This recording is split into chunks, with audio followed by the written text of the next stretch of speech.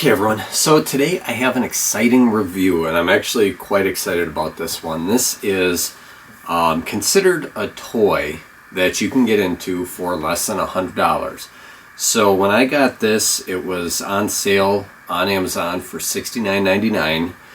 It comes with one battery, comes with a controller, and then you also get 4 extra props, and you get some extra screws with a little screwdriver, as well as these guards that are kind of like training wheels for first-time drone users, or even if you've flown a drone before but you just kind of want to get familiar with how this one flies, you can throw these on ahead of time, you know, and just protect your blades from getting nicked up.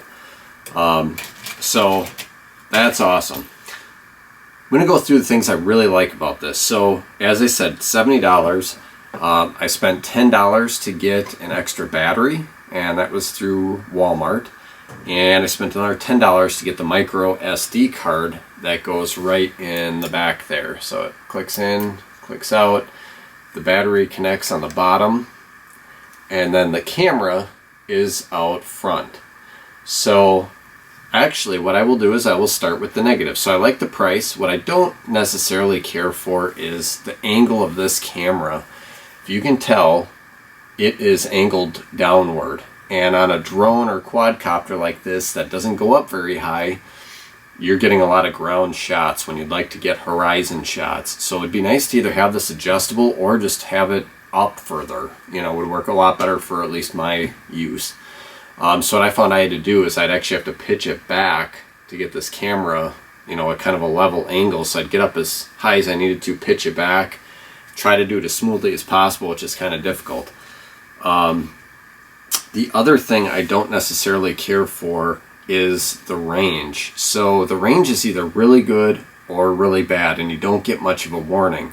So I just had this up maybe about 70 feet in the air, which isn't crazy high, and it started kind of wobbling on me, and I'm moving the joysticks and nothing's happening. I look down on the app and it says I'm at no radio frequency. It's completely zero. And so I'm like, oh crap. So I was debating if I should shut the controller off, try to turn it back on. I said, nope, I'm just going to let it try to sort itself out. And eventually it wobbled down. Luckily I wasn't over any trees or a house or anything, and I was able to wobble it back, and I got reception right before it landed or hit the ground. So the only times I've had you know, kind of close calls with this are when the radio frequency just dies out completely. So that's one other negative about it. Now let's talk about some of the positives. I really like how, you know, they have the green up front and the black in the back, as well as the LED lights are red in the back, green in the front. This is really easy for a first-time user to get the orientation. I found this is the very first drone I've ever had.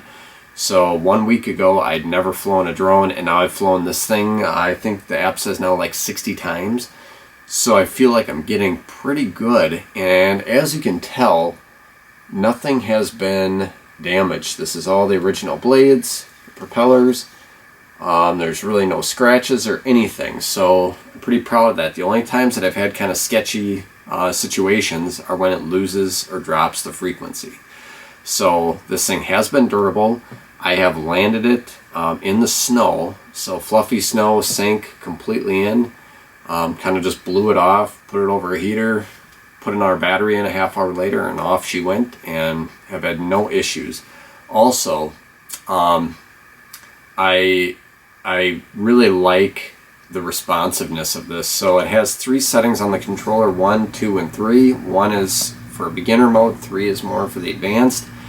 And now I've got it on 3, the advanced mode, after 1 week. And I did that because if there's a little bit of wind, it's nice to have the quick correction that gets you back straight or where you want to be.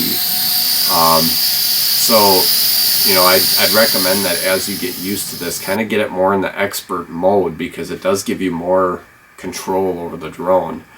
You know, so I've been trying barrel rolls, and now I've even gotten into the stunts that this does, and it's pretty cool. And the other thing I like, speaking of the stunts, is the intelligence of the controller in this unit to know, especially when the battery's going. So that's really something that's critical in any drone, is to have good information on when the battery's about to die. This thing gives you maybe about a minute notice. The controller starts beeping and the lights flash in the bottom, and you know you want to keep it kind of close to home base or call it quits, charge up the battery. So that's nice. And everything is just very user friendly. I mean, for $70, I don't know what else you could ask for. Flies awesome. I've had it up 100 feet is the highest, and that's right in town with tons of trees, power lines, and houses. So what I want to do is get this thing to a park and kind of try it out that way. But I'd like to also give some tips for beginners. So I started off thinking that the hover mode, you know, it's just a button you click on the controller, it's supposed to automatically bring it up and hover, would be the way to go. Unfortunately, as you'll see from the video, this thing goes up and down, and it's hard to control, and for a first-time user, it's kind of scary because it's just like this thing takes off. I expected a gentle takeoff and it would just hover. Not the case. It was kind of all over the map, and I'm trying to overcorrect and got kind of freaked out, just about crashed it on the very first try. So what I did is I put it out of the automatic mode, which you hold down the stunt button on the controller and then click down on the hover. You hear a beep, and that takes it out of the automatic mode. From there, you have control over both sticks. So what I'd recommend is first use your left stick and just bring it up slowly as you can. The props will spin without it going anywhere. Just bring it up, let it hover, get comfortable with just kind of going up and down. When you get it up to a certain point, it's probably going to go one direction or another. This is a good time while it's about a foot off the ground to play with the trim controls on the controller. So if it's up and it's starting to go right, click the left button or the L button and get it to the point where it's staying, you know, right where you want it to. Same with the forward and backward and with the spin. So this can control it all different ways, and I find myself even correcting it depending on which way I'm flying and how bad the wind is. So it's kind of nice to get it where, I mean, it just goes straight up and straight down. You don't have to mess with, you know, any of the other controls. So that would be my my big beginner tips. And just keep it low. Don't start trying to fly up 100 feet and, oh, it's going to be cool to get video right away. Take your time. Don't be under pressure. Don't worry about taking nice video or pictures. Just pull up, practice pulling up and landing, and then slowly kind of just move around. I found it easier if I stood behind the drone so I could keep my orientation right. So left was left, right was right, forward, backward. Once you spin it any other direction, things are reversed, and I found that was really confusing. So it's easiest just to keep it where the orientation is like this. Baby steps, just work on one thing at a time, up and down, and then side to side, forward, backward. Stunts should be your last thing you're doing. High elevation should be the last thing you're doing. Within a week, you can get very comfortable flying something like this. So again, I think Sky Viper did a fantastic job here with this. This is a 2400 HD model.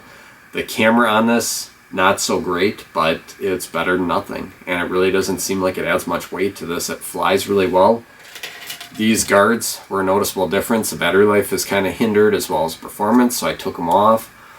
And everything's been going really well. So flight time is almost exactly 7 minutes. Sometimes it's about 7.5. These batteries are 650 milliamps, and I'm getting about 625 milliamps on a charge, which is to be expected. Almost no battery gets the claimed milliamp, but I'm glad it's in the 600s. That actually kind of surprised me. I thought it'd be lower. And both batteries are very consistent. They're both right at like the 625 mark, and they're fully charged. It does take 52 minutes to charge these, so you would need at least 5 batteries to keep running constantly. So I hope you enjoyed the review. There's really not much else you can do with $100 that's this much fun. So the fact they consider this a toy is kind of crazy. This is awesome. A lot of fun for anyone. I'm in my 30s and I'm having a blast with this. So thank you for watching. Please hit the like button and subscribe for more videos. Thank you.